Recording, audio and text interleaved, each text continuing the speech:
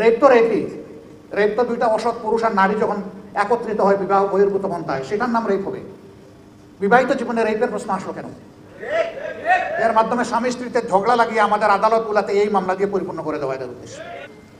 প্রথম কথা হলো, গঠিত এই কমিশন এই জাতির চিন্তা চেতনা, তাহজিব, তামাদ্দুন এবং বিশেষভাবে আল্লাহ তাআলার আইনের বিরুদ্ধে অবস্থান নেওয়ার কারণে তারা প্রত্যাখ্যাত বলে আমরা ঘোষণা করছি। এদের রিপোর্ট বাড়তি করার কোনো ব্যাপার নাই, এদেরকেই আগে প্রত্যাখ্যান করতে হবে। এরা প্রত্যাখ্যাত হলে এদের রিপোর্টও শেষ। 2 নম্বর, আমাদেরকে একটু ভাবতে হবে আমাদেরকে কোন দিকে নিয়ে যাওয়ার জন্য জোর করে চেষ্টা করা হচ্ছে। আমাদের শিশুকালে আমরা দেখেছি আমাদের শিক্ষাদান শুরু হতো মক্তবের পাঠ দিয়ে। সকালবেলা মক্তবে যেতাম, ওখান থেকে আসার পরে গোসল করে মা কাপড় পরিয়ে বই হাতে ধরিয়ে স্কুলে পাঠিয়ে দিতেন। এখন খুবই পরিকল্পিতভাবে সবাই মক্তবের এই ধারাকে শেষ করে দেওয়া হয়েছে। বাচ্চা ঘুমাচ্ছে, তাকে কাঁধে ফেলে মা স্কুলের দিকে রওনা করেছেন, ওই মক্তবে যাওয়ার ওই সময় এটাই কেড়ে নেওয়া হয়েছে।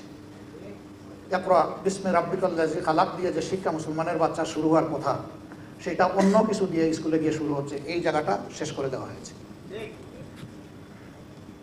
সেই প্রজন্মেরই কিছু লোক হয়তো আজকে তারা গোটা নারী সমাজের প্রতিনিধিত্বের কথা বলে সমাজকে বিভ্রান্ত করছেন। তারা কারা? কোরআনের সংস্কারের দাবি নিয়ে আমাদের সামনে এসেছেন। আমাদের কোনো অধিকার আছে তাদেরকে এই অধিকার দেওয়ার? আমরা কে? এই কোরআন আল্লাহ তাআলা নাজিল করেছেন এবং এটার হেফাজতের দায়িত্ব আল্লাহ স্বয়ং নিজে কবুল করেছেন। কিয়ামত পর্যন্ত কেউ এখানে কোনো পরিবর্তন আনতে পারবে না। এরা এত দুঃসাহস কিভাবে দেখালো যে বাংলাদেশে কোরআনের আয়াত এরা পরিবর্তন করে ফেলবে? হ্যাঁ, নিশ্চয়ই তাদের পিছনের কোনো শক্তি তাদেরকে উস্কানি দিচ্ছে। কেন এই মুহূর্তে উস্কানিটা কেন?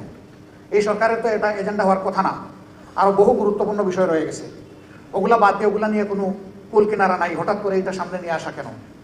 এর মূল কারণ, স্বাধীন বাংলাদেশে 54 বছরে মানুষ যা আশা করেছিল পেয়েছে তার উল্টাটা। এই সমাজকে বিভিন্নভাবে কুড়ে কুড়ে ধ্বংস করা হয়েছে। এখন এদেশের দিনদার ইমানদার যে শক্তিটা জেগে উঠেছে, তাকে নিয়ে মানুষ নতুনভাবে স্বপ্ন দেখা শুরু করেছে। এই জায়গায় ইসলামের শক্তির মুখোমুখি আরেকটা শক্তিকে দাঁড় করিয়ে দেওয়া হচ্ছে, জনগণের দৃষ্টিকে ভিন্ন দিকে প্রবাহিত করার জন্য, নিয়ে যাওয়ার জন্য। অতীতের সকল চক্রান্ত এদেশের মুসলমানরা ঐক্যবদ্ধভাবে প্রতিহত করেছেন। ইনশাআল্লাহ এই চক্রান্ত টিকবে না, এটাও ভেসে যাবে ইনশাআল্লাহ। এরা শুধু আল্লাহ তাআলার কোরআন বিরোধী প্রস্তাবনা নিয়ে আসে না, এরা নিজেরা সহ বিরোধীও বটে।